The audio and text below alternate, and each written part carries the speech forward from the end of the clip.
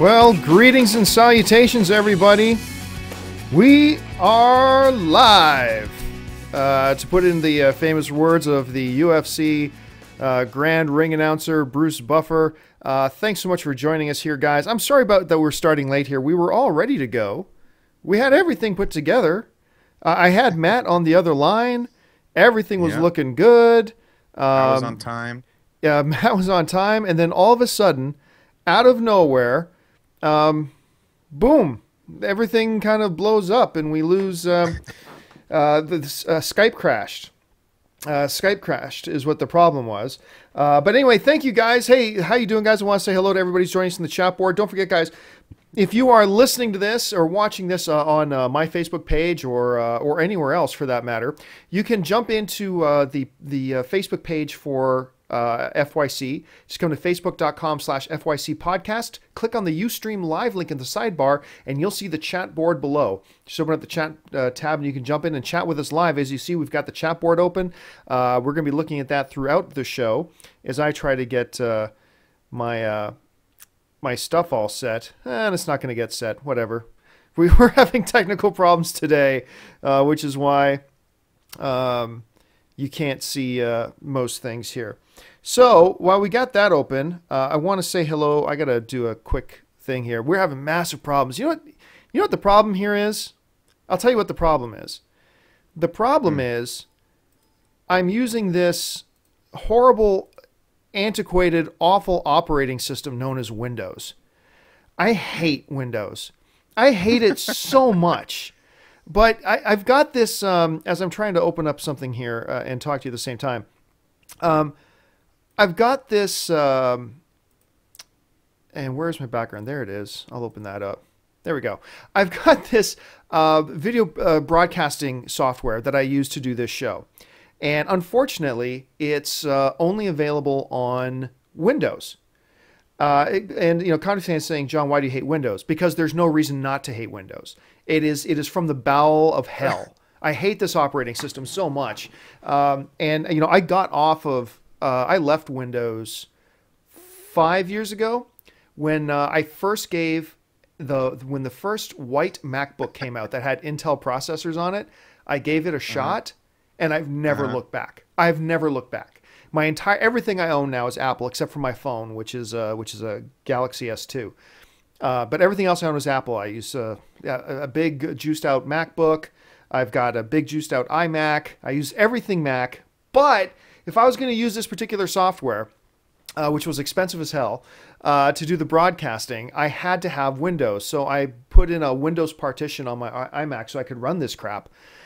And man, it's everything I remembered it being. I hate this operating system so damn much. Matt, you know what? I can't. You were just over here the other day, Matt, with your computer. Yeah. I can't remember what do you run?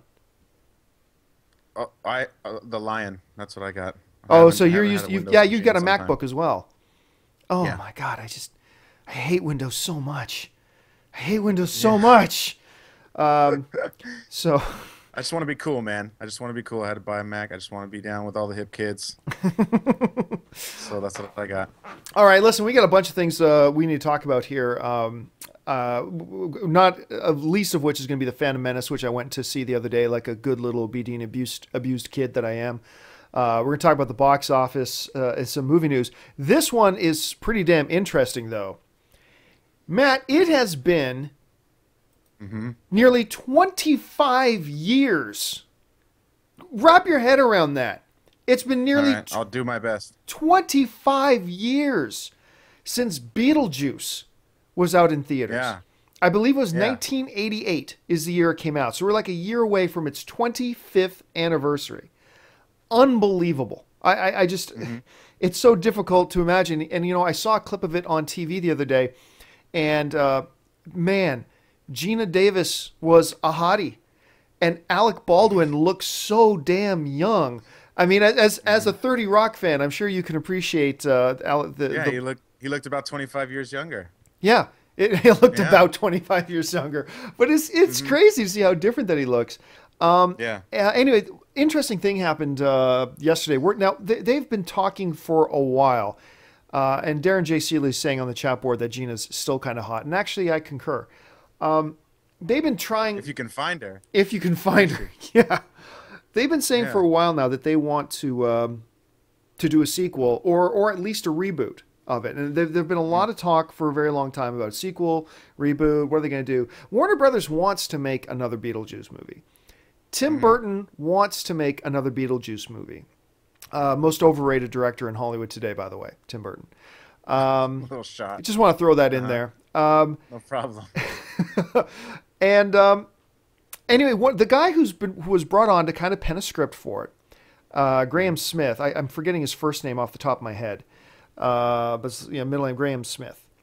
He's brought in. He's the same guy who wrote Abraham Lincoln Vampire Hunter, the screenplay for that's coming out in theaters here pretty soon. Right. Right. So he apparently is going to be penning, if it ever happens, a Beetlejuice movie. Now he has met with Warner Brothers. And Graham Smith came out in an interview yesterday and said, Warner Brothers, this is a priority for them. A new Beetlejuice is a priority for them. He says he's met with Tim Really? Burton. Yep. He says he's met with Tim Burton. And he says, Tim Burton, this is a priority for Tim Burton. And he says that last week, he met with Michael Keaton for a couple of hours to talk about it. Yeah. And he said, we talked about big picture things, all this kind of stuff. Now, this news came out and a bunch of people once again start jumping up and down. It's confirmed. Beetlejuice 2 because no. Let's get this really straight, clear. There is no official word that a Beetlejuice 2 has been greenlit.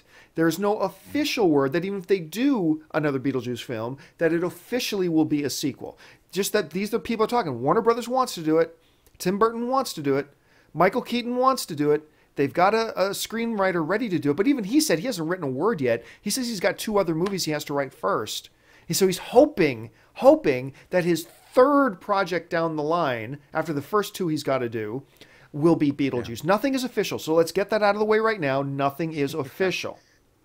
Yeah, and Tim Burton's got to warm up some other piece of shit, right? Like some old Disney movie or something he can remake. Well, no, actually, his next one I think is he wants to do another animated film that he's going to do with the same writer. Actually, he wants to do another animated film first. So we're at least, even if it happens, we're years away. But that being said, I am 25 years seems like a pretty long time in between films. I mean, I'm just and Michael Keaton, who I love, I think he's awesome. Man, can he still do Beetlejuice? Right. He was on My Beloved 30 Rock, and it was brutal to watch.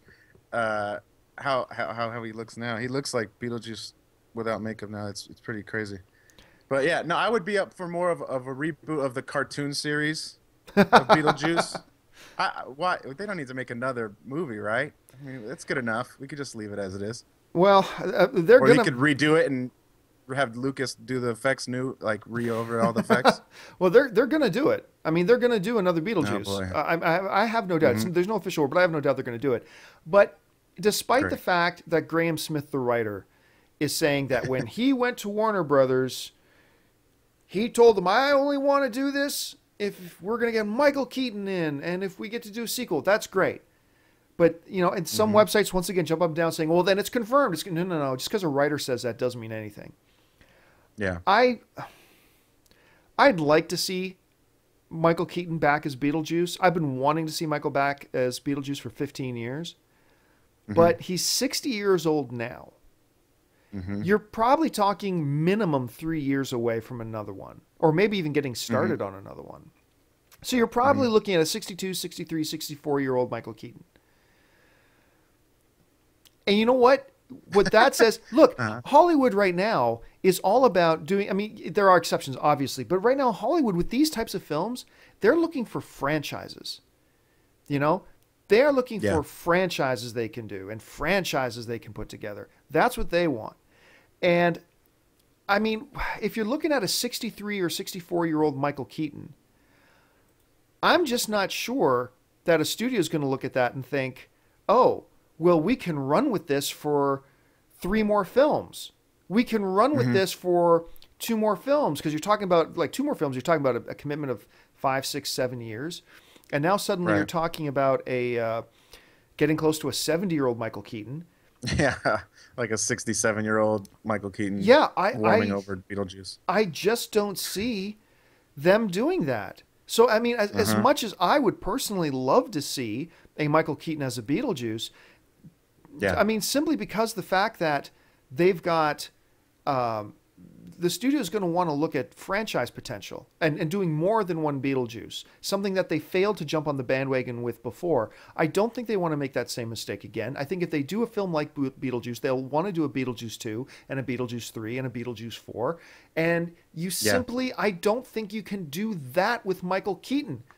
I mean, I think if they're committed to doing a simple one shot Beetlejuice 2 with Michael Keaton, then there's an argument to be made there, I think, for having Keaton back, and that Warner Brothers would do it. But I just Yeah. don't see a studio like this moving forward. Like, you kind of hinted at it, but what would you think? Would you rather, okay, first of all, do you want to see another Beetlejuice movie at all? If you do you want to see a reboot? Do you want to see a sequel with Michael Keaton? Would you want to see somebody else? Somebody in the Yeah. chat room is I'm saying, not clamoring for it, but if it comes out, I'd probably watch it unless it just looked god awful. And I would like to see Michael Keaton, right? Because you don't want to see anybody else do it. It's kind of like he's kind of part of that character, right? he's part of that character, but the thing is, it's been 25 years for people to get over it.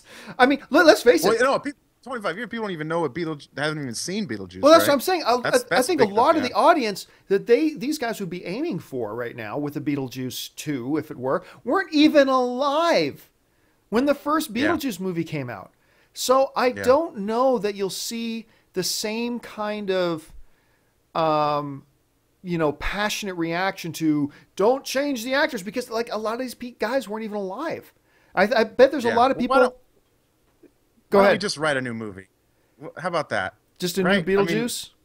no, just forget Beetlejuice, and we'll write a whole new movie and forget Beetlejuice.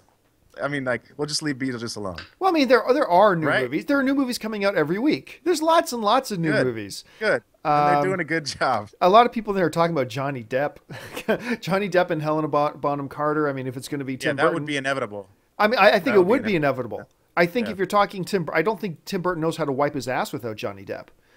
yeah. So I mean, I wouldn't doubt it. I'm going to call it right now. Okay, I'm going to call this right Okay. now. I'm going to say it All right right. to the camera. Here it is. Lock We're gonna this. cast it right now. Beetlejuice 2, or a reboot, if you will happen. But it will not star Michael Keaton, no matter what people say. It will star Johnny Depp. Johnny Depp will Oh, be Beetlejuice. And a lot of people are saying they don't want that. yeah, Tough. I think that's what we're going to... I don't want it either. I'd rather see Michael Keaton, but like I said, folks, let's call a spade here. Studios want franchises, especially when it comes to these genre films like Beetlejuice. They want franchise potential that they can run and stretch out for 10 years over 3 or 4 movies. That's what they're looking for, and you simply can't do that with Michael Keaton being 60 plus years old. You can't yeah. do a 10-year, 3-film deal with a guy to play Beetlejuice with a guy who's going to be 70 years old. I just don't see. Now, somebody might legitimately raise the point. Well, how old was Harrison Ford when he was doing when he did the last Indiana Jones film? Yeah. True, but that was kind of being looked at as the last hurrah, not the beginning of a franchise. And now they're talking about doing one more Indiana Jones film. Frankly, I hope they do one more just to remove the bad taste of the last one out of my mouth. But Yeah. anyway, so that's the stuff on Beetlejuice. Let's move Yeah, on great. to the next topic. And guys, don't forget, we're just going to talk for about 10 more minutes here on a couple of topics, and then we're going to throw it open to you on the chat board. Make sure you jump into the chat board. You can do it right now. Matt's keeping an eye on this. Drop in a question or a topic that you would like us to discuss, and we'll get to that and just spend the last half of the show just discussing your topics and the questions that you guys brought up. Once again, if you're not in our Ustream live page on our Facebook page, just go to our Facebook page, which is at facebook.com/FYC podcast. Click the Ustream live link on the left-hand side, and then you'll see the chat board below. You can jump in there and start asking questions. Let's look at this one here. Okay. There was a project on the go a little while ago at Universal Pictures called Dracula Year Zero.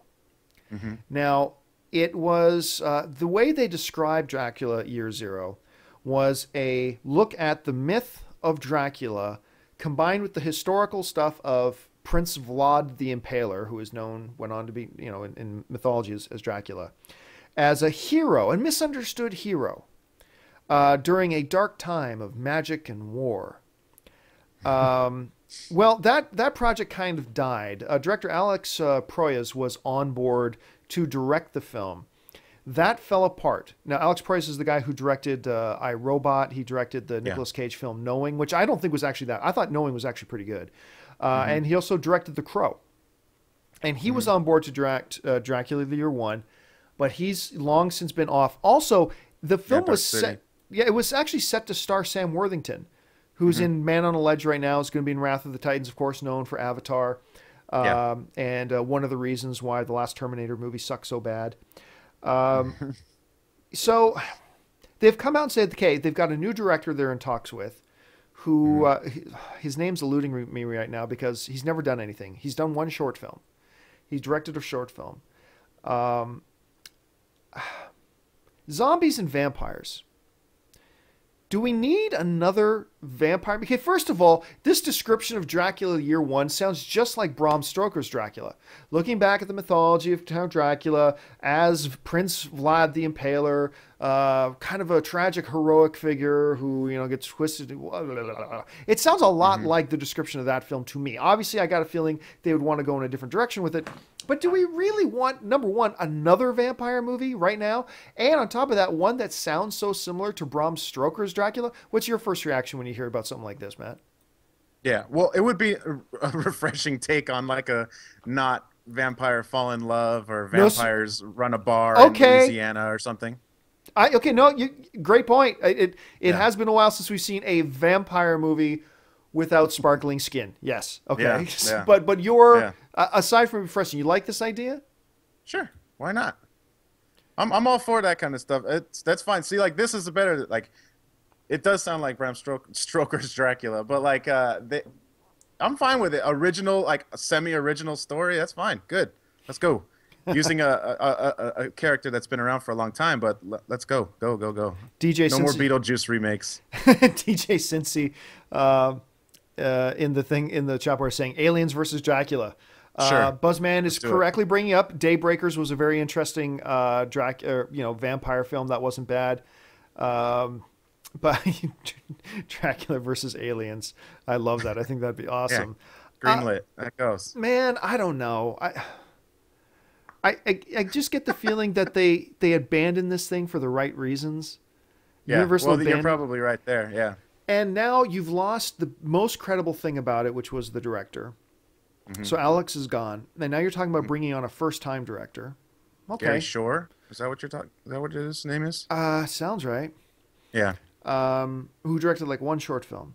And there's no cast attached yet. I guess this smells to me. This smells like a stinker from a mile away. And it feels like this is just a let's capitalize on the popularity of vampires. And with the ending of Twilight, maybe if we do it. And look, here's the thing. I'm tired of and this isn't just a Twilight thing, okay? Yeah.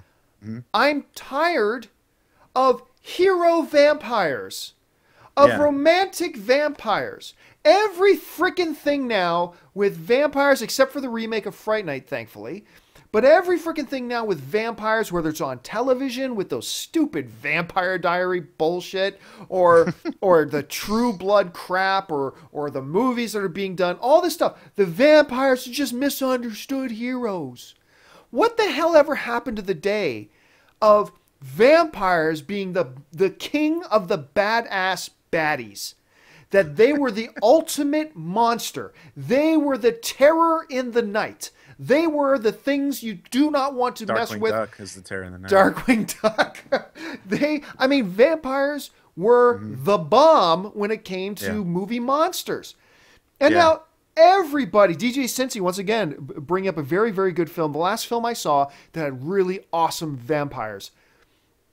40 Days or 30 Days of Night.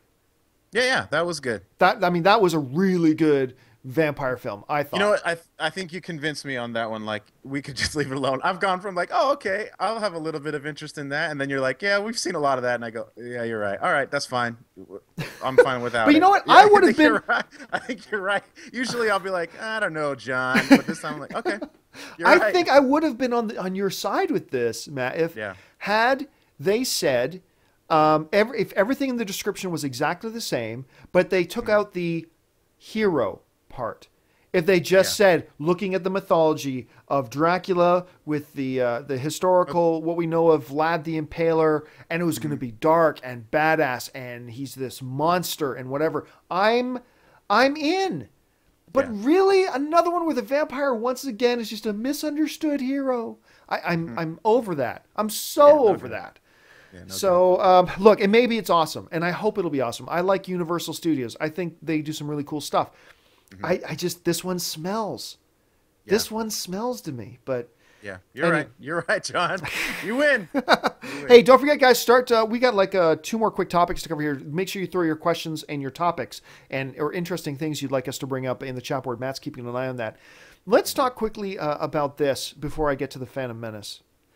Okay. The box office this weekend shocked me. I said last Friday, if you'll remember correctly, Matt, I said I believed that there was a shot. I wasn't picking it. I didn't say this was going to happen, but I said, look, I won't be shocked and massively surprised if Phantom Menace actually takes first place at the box office this weekend. Yeah. I wouldn't have been surprised, but it didn't. The box office numbers came out. Boy, were we wrong. Yeah. Yeah, we were wrong. I mean, I thought for sure it would come in maybe 2. I thought there was an outside shot it would come in 3. It actually came in 4th. But even 4th, check this out. Star Wars The Phantom Menace, a movie that wasn't out that long ago, a movie that is generally accepted as being pretty damn bad, makes $23 million in a 3D re-release. Yeah. $23 million. That to me is shocking. I thought there was a chance it could make 23, 24, 25 million dollars and be in first place. Yeah. But the big surprise to me and a lot of industry guys, The Vow made $41.7 million. Yeah, number 1 with a bullet, right? I mean, like, by a lot. The Safe House wasn't that far behind. Safe House made $39.3 million. Then you had Journey to the Mysterious Island at 27.5. Chronicle still doing strong, man. Chronicle came in 5th, making 12 million. Woman in Black made 10, right around where they thought it was going to be, maybe a little bit less. The Gray still hanging in there. Big Miracle, The Descendants, Underworld Awakening. But The Vow making 41.7 million opening weekend? Yeah, that's crazy. My wife, actually I think your wife too, I think our wives went on opening night on Friday night. Yes, they and I remember earlier in the day, my wife calls me and she says, hey, for whatever reason, Fandango, the ticket sale website, isn't working so well right now. How early do you think I have to go to the theater tonight to pick up the tickets? Because our wives were going, Matt and mine, our wives were going, and a few of their friends. And I said, well, it's not going to be packed. It's The Vow. Same thing I did too. With Channing Tatum. The same way. She's like, my wife's like, well, we got to buy our tickets online now. And I'm like, why? What's the point? I mean, I'm sure you guys could walk up and get it, but yeah, I'm shocked. I'm shocked. Yeah. So they go, I told her maybe if you go like a half hour early, you should be fine. They actually went a little bit earlier than that, and it's a good thing because my wife came back. She said the theater was packed. Yeah. Now, I love my wife. She's awesome. But I wanted to pat her on the head and say, oh, of course it was packed, dear. You know, for her little romantic comedy. I thought her definition of packed was, it wasn't half empty. So the next night, we go to the same theater, our AMC here in Riverside. And we go there to see Phantom Menace. And we pull up in the parking lot, and the parking lot is packed. The outside patio of the theater is packed with people. The lineups for tickets are huge. Tons of people in the foyer. I'm like, holy crap, Phantom Menace is doing awesome. My wife goes, I'm telling you, this is for the vow. And I'm once again want to pat her on her little head. Oh dear, you're so cute. Of course it's for the vow, sure enough. So then I go up to the manager of the theater who I know. And I ask her, I say, hey, so what's the crowd here for? And she goes, the vow. I'm like, wow. You are kidding me. You are kidding me. They're here for the vow? Channing Tatum.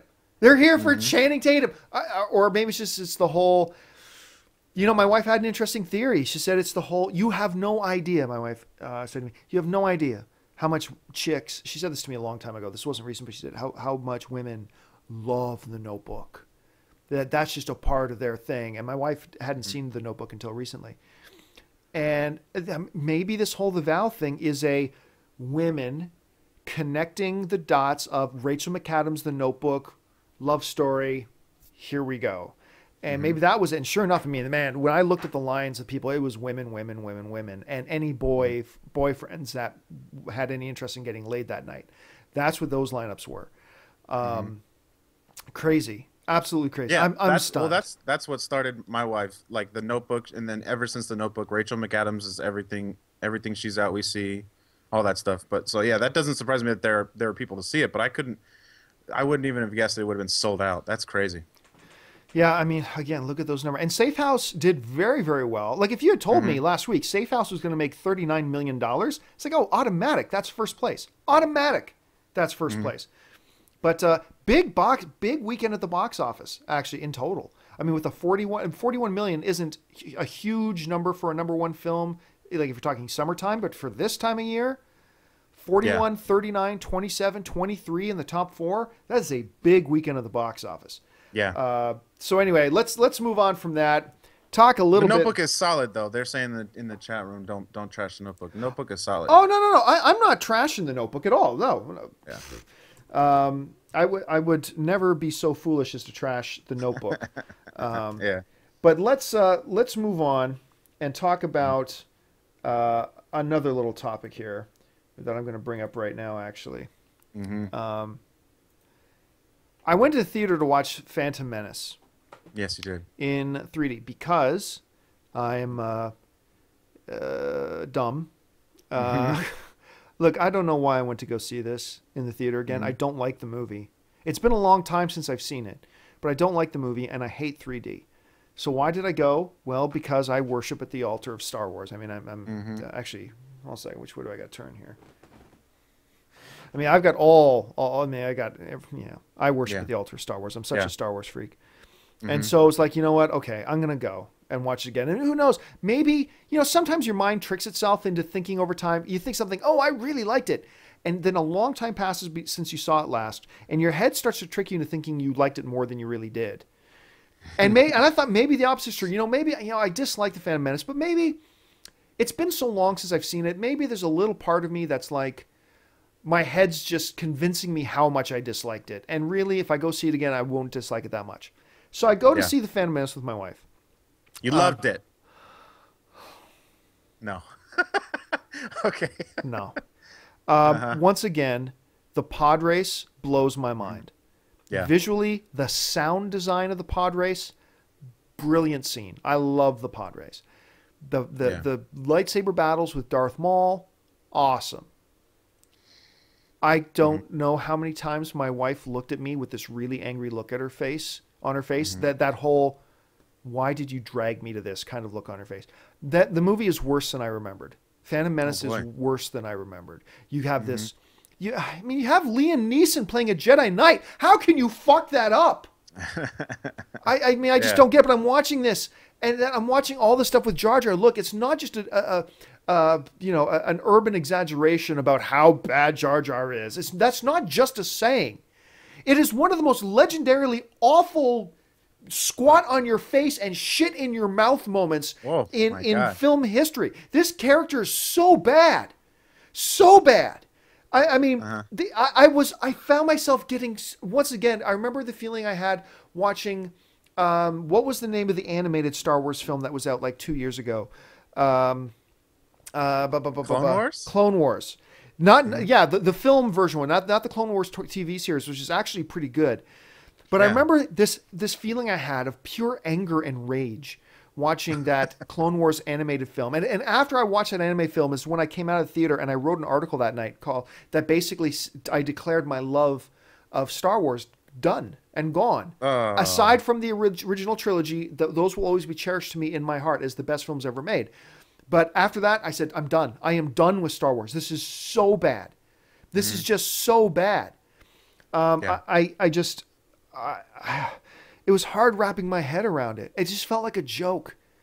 And it just, another little part of me died, Matt. Oh, over the weekend. Yeah, it just died. Oh, Watching that's this too bad. movie again, just a Yeah. little part of me died again. Did the 3D ad do anything for you? No. No. No, it was That's too bad. so useless. 3D Yeah. in and of itself is so useless, but amongst all useless 3D films, it was especially useless. Didn't need to be in 3D at all. No film needs to be in That's too bad. 3D. That's too bad. So you gonna run out and see it this week, No. Matt? You and No. Jay Lynn gonna run out and No. check out No, Phantom I'm not. Menace? I won't be. Yeah, right. She wouldn't go to that. There's no way. No, I don't I think wish so. my wife stopped me because we were like, even right up before we left, we're sitting there thinking, do we go see Phantom Menace? Which, it's Star Wars. It's back in theater. It's kind of an event. You go. Yeah. So do we yeah. go see Star Wars or do we go see Safe House? And you know what? I was close Oh, you to saw saying Safe House too? I didn't. Oh, you didn't. No, Okay. I was between going to see Phantom Menace and going to see Safe House. I'll probably go see Safe House Oh. tonight. Oh, okay. But it all came down to starting time. It was already about 7:30, and there was an 8:30 of Phantom Menace starting, and their Safe House wasn't until 9:45, and I was kind of tired, and so was Yeah. Anne, and so we just decided, let's go see Phantom Menace. And what a mistake! What a mistake! Yeah, what a bummer, huh? Anyway, Yeah, that's too bad. Audrey H is saying in the chat board. That's not the chat board. Where's No, my it's chat board? not. There's the chat board. She's saying in there, Phantom Menace equals the smell of divorce. You could. Well, for some of us, not for all of us. Yeah, well, some of us I were won't be there. some of us were smarter than others and didn't drag their wives to go see the Phantom Menace. Yeah. Okay, guys, listen, that'll do it for now. For as far as the topics we got go, at this point, we're just going to throw it open to you guys in the chat board. Throw open any topics, any question, anything you'd like to hear us discuss right now, or an observation you'd like to make, something you'd like to say on that. So, with that being said, I'll throw it over to Matt. Matt, what do we Yeah. have in the chat boards? There was a question about, I guess, the artist won big at the BAFTAs. Yeah. Your thoughts on that? I'm not as enamored with the, Any indicator of? I don't think so. No, I think the voting for the Academy Awards is done. I think you know what? The artist is still probably the favorite to win, but I do think there's this groundswell for The Help because The Help pretty much swept up at the SAG Awards. You got the artist sweeping up at the BAFTAs. I mean, I just think the artist is it's winning all these awards because of the novelty of it. It's a silent black and white film, which is such a cool idea. And they do it really well. And it's a really good movie. I just got a feeling that the novelty of it is what is people are getting carried away with the novelty of it. And I just don't think it's that great. It is still the prohibitive favorite to win Best Picture. I still think it could be The Help or The Descendants. I think it'll be one of those three. But I'm not thrilled to hear the BAFTAs. The BAFTAs are never... I mean, I don't give a lot of weight to the BAFTAs, anything. but I don't give a lot of weight to just about anything except for maybe the SAGs and the Broadcast Film Critics Society. That's about it for me. Right. Okay. And there was another question. How much do you think the Ghost Rider 2 will make the opening weekend, and are you excited for that to come out? Oh, okay. So,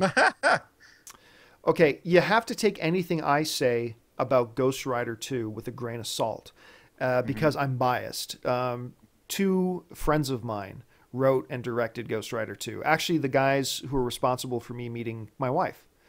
Mark Neveldine and Brian Taylor. They're also the writers behind Crank and Crank 2 and Gamer, and they wrote Pathology and produced that, and now they got Ghost Rider 2. I think that Mark and Brian made a strategic mistake when they brought back Nicolas Cage.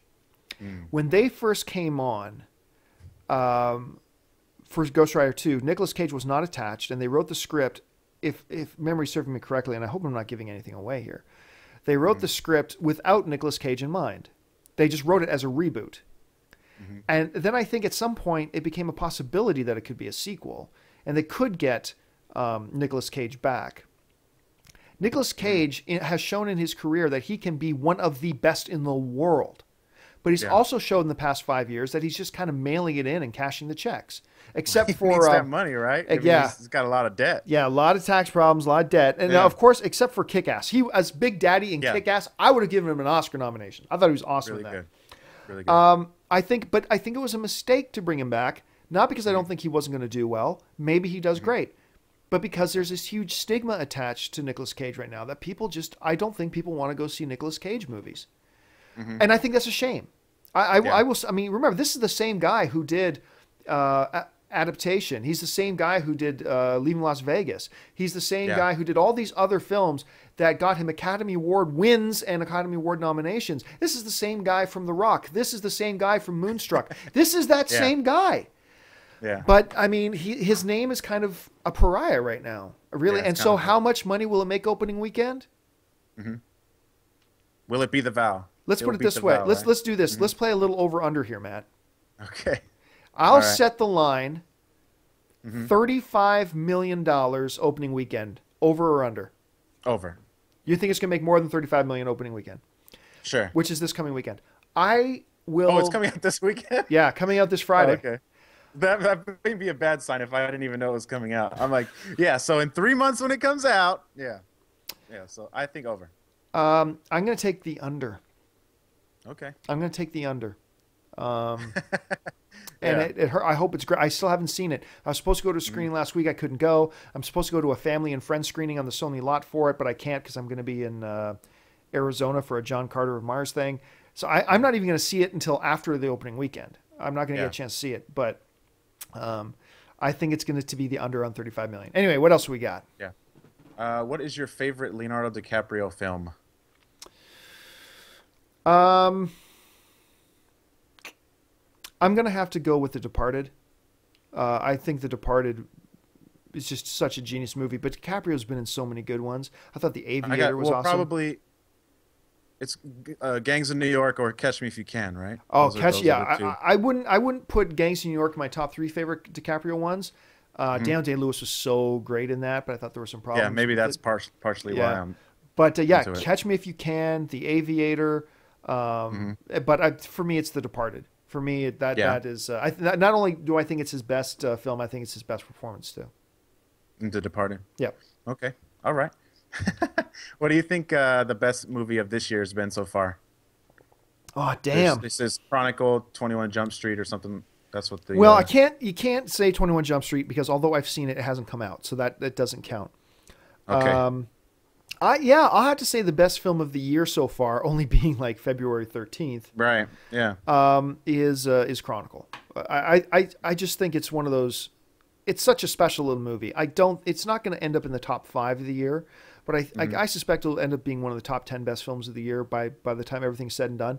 But for right now, my favorite film of the year is Chronicle. Still, if you haven't seen it, go see it. It's a really well done film. Best found footage film I think they've ever made. All right.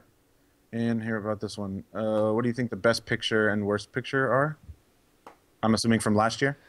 Yeah. I mean, I've said this before. I'll say it again. The best picture of the year last year was The Help. To me, it's not close. It's The Help. There are a lot of really good films, but The Help to me is the best film of the year. As far as the worst film of the year, that's a great question. I mean, I talked about some of my most disappointing films of the year, like Kick-Ass, not Kick-Ass, sorry, Sucker Punch was an absolutely horrible, dreadfully awful movie. The Hangover 2 was probably my most disappointing film of the year, although I wouldn't put it in my top 10 worst films of the year because it had some redeeming moments, but redeeming moments doesn't cut it when it comes to living up to the original. I'd like to hear what you guys think. What did you guys think were some of the worst films of the year? I think I read the question. It said the worst of the best pictures. I'm sorry, the best picture nominees. That's easy. It's the only one that really doesn't belong on that list. I mean, I've got several that I don't think belong on the list, but there's one that pretty much universally everybody agrees does not belong on that list, and that is Extremely Loud and Incredibly Close. That film doesn't belong. It doesn't deserve to be there. It shouldn't be there. I mean, we can argue and debate about some of the other films, but I think the one film that we all universally and Buzzman is saying Warhorse is bad. Dude, I just tuned you out. No, it's not. Dude, sorry, Buzzman. I just tuned you out. I don't know that I'll ever be able to hear anything you say again. But the one universally accepted film that just does not belong on that list is Extremely Loud and Incredibly Close. Shouldn't be there. I'm really beside myself. I have no idea how on earth it got on that list. Just don't get it. Tom Hanks must have a lot of not must have. Tom Hanks has a lot of buddies. Yeah. And I guess in an era now where you have more than 5 Academy Award nominations, you have 9 this year, I think it is. I guess you can slip in there quietly. I mean, thankfully it has no chance in hell. Cue the Vincent McMahon music. It has no chance in hell of winning. So thankfully it has that, but it didn't deserve a nomination. Yeah. And, contrary to popular belief, neither did Drive. But that's beside. But Drive would have deserved it more than Extremely Loud and Incredibly Close. But I've had this debate so many times. I've had this debate with people going back for a while now. People saying, "Well, Drive deserved an Academy, got snubbed." No, it didn't. It's not. It's a fun movie for what it is. I loved it. I ate it up. I saw it multiple times. I'll watch it again. I own it. I like it very much. But it's a one-note movie. It is a one-note movie. That's the whole mood of the whole film. It's not a best film of the year mentality. So or quality. So even though I'll admit that it's a better film than Extremely Loud and Incredibly Close, and Extremely Loud and Incredibly Close doesn't deserve to be there, there's about 8 other films in line in front of Drive that would have deserved that spot other than Drive. Right. Yeah. So anyway, that's just my kind of rambling. Anyway, what else we got here? We got time for a couple more. We got one more. Any movie that you really like, but the ending ruined it for you? Oh man, you know what's funny? You like the whole movie, but the ending just ruins the whole movie for you. Damn it! I was just talking about a couple of those yesterday, and I'm gonna see if I can remember them off the top of my head now. That's one, dude. Let me come back to that on another show, on another episode, because that's one.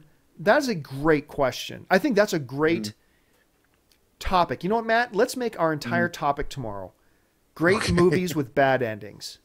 Okay. I love that idea. That is a great, but it's hard for me to pick it up off the top of my head because I was just having this discussion yesterday with somebody about, oh yeah, I really like this movie. Now, granted, the last 10 minutes or so were really, really weak, but blah, blah.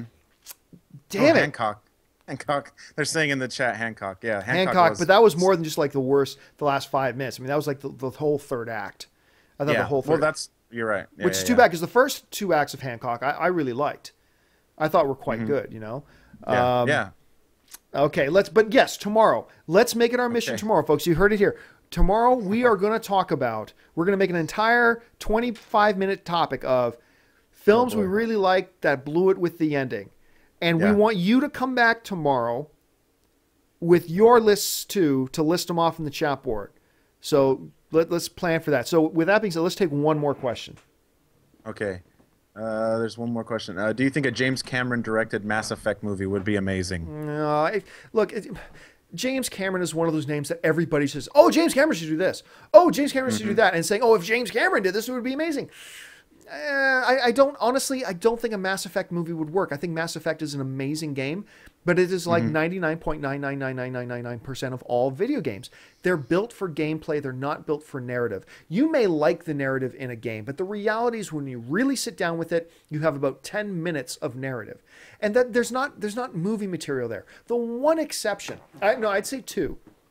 The 2 potential exceptions to that rule are World of Warcraft, because you've got 15 years of the game now, or tons of mythology, tons of backstory, tons of everything, lots and lots of narrative.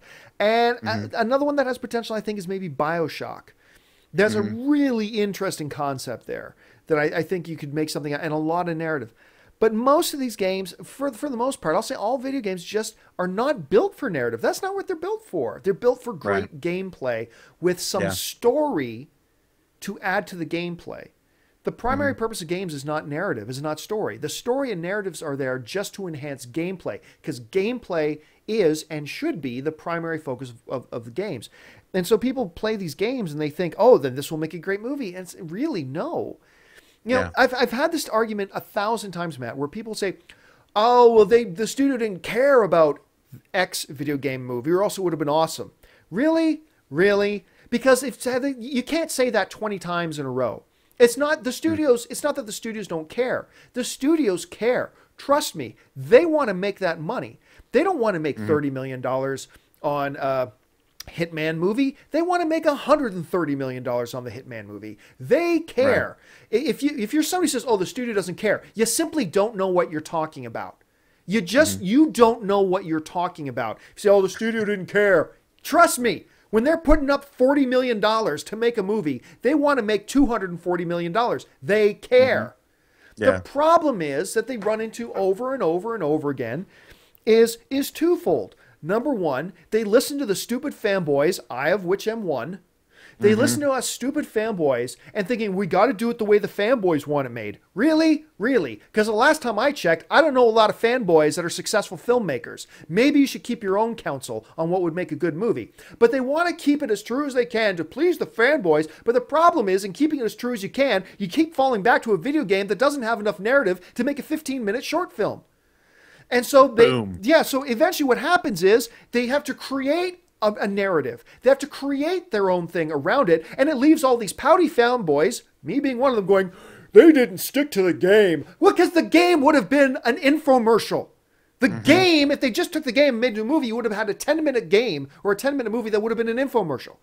Look, could Mass Effect be the exception? Getting back to Mass Effect, there's possibility there, but I don't think it's likely. I think there's possibility. I don't think it's likely. As good of a game as Mass Effect is, and it's pretty damn badass, but I don't think there's a game there. Anyway, that's enough of my rant. I think we're over 45 minutes, so I think it's time for us to call it a day.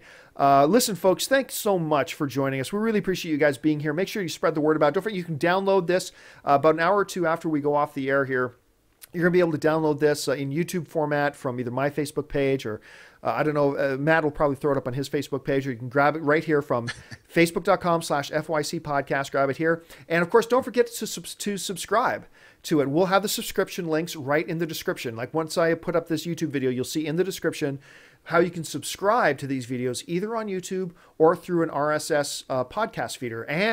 And you can subscribe to an audio-only edition if you're like me and you like to listen to podcasts when you're in the shower and you're driving in your car or doing whatever, just at the gym. You like to listen to podcasts. I do. There's an audio-only edition. You can subscribe to that as well. So listen, guys, thanks so much for joining us. We really appreciate it. And I want to thank my good friend Matt for being here again. Matt, thanks a lot.